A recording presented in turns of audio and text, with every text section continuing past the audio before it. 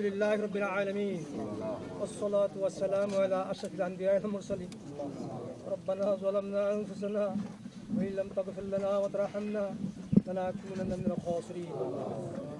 ইয়া রব, তুমি ক্ষমতাধর, সমস্ত শক্তির উপর তোমার ক্ষমতা আল্লাহ। ইন্নাল্লাহা আলা কুল্লি শাইইন কাদির। আল্লাহ আল্লাহ, আমরা কি উদ্দেশ্যে শহীদ আবু সাঈদের কবরের পাশে দাঁড়িয়েছি তুমি জানো। আল্লাহ, এই শহীদ আবু সাঈদকে তুমি শহীদ হিসেবে কবুল করো আল্লাহ। তার মাধ্যমে বিভিন্ন জুলুম নির্যাতন থেকে আমরা মুক্তি পেয়েছি, হাজার হাজার মানুষ মুক্তি পেয়েছে আল্লাহ। হাজার হাজার লাশ আজকে হয়েছে সাথে বাংলাদেশে আল্লাহ। আল্লাহ, দয়া করে সবাইকে তুমি কবুল করো আল্লাহ তোমার জন্য।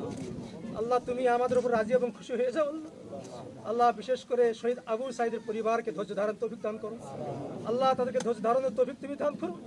বিদ্যা পিতা মাতাকে মাফ করে দাও আল্লাহ। শহীদ আবু সাঈদের উদ্দেশ্য এবং লক্ষ্য যেন সার্থক হয় এ ধরনের তৌফিক তুমি দান করো আল্লাহ। সোনার বাংলাদেশকে নতুন করে আমরা পেয়েছি আল্লাহ, তাকে ধরে রাখার ক্ষমতা তুমি দান করো।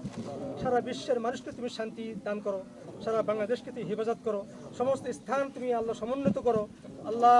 তোমার দিকে মনোযোগ দেওয়ার তৌফিক তুমি দান করো আল্লাহ।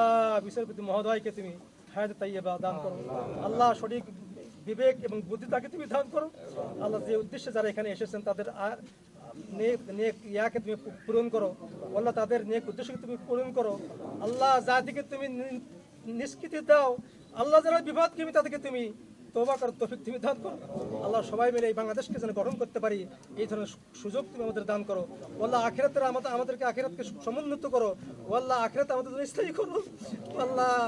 এই সন্তানকে তুমি আল্লাহ কামিয়াবি হিসেবে গ্রহণ করো, তাকে শহীদ হিসেবে তুমি কবুল করো আল্লাহ।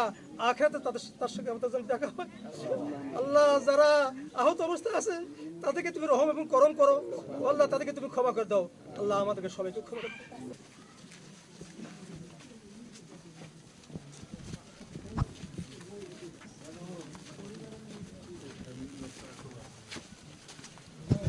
তোমরা